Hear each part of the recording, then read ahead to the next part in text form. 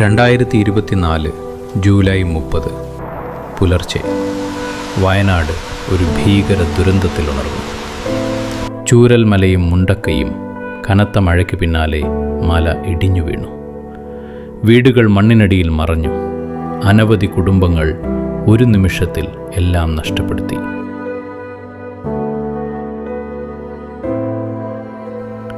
പക്ഷേ ദുരന്തത്തിന് പിന്നാലെ മനുഷ്യത്വം പിന്നോട്ടില്ല.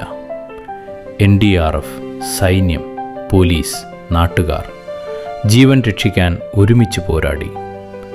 അഭയകേന്ദ്രങ്ങളിൽ പ്രതീക്ഷയുടെ ചെറിയ വിളക്കുകൾ തെളിഞ്ഞു.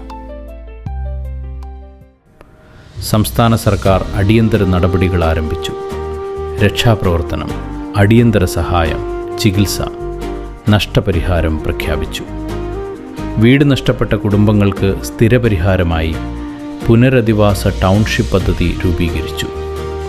402 കുടുംബങ്ങൾക്കായി സുരക്ഷിത വീടുകൾ, ഏകദേശം 1000 ചതുരശ്ര അടിയിലുള്ള പുതിയ വീടുകൾ, റോഡുകൾ, ആരോഗ്യ കേന്ദ്രം, അങ്കണവാടി.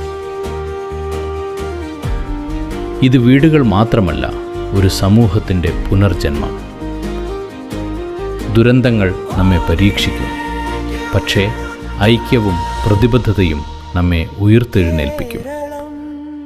വയനാട് വീണ്ടും ഉയർത്തെഴുന്നേൽക്കുന്നു. പ്രതീക്ഷ വീണ്ടും ജനിക്കുന്നു.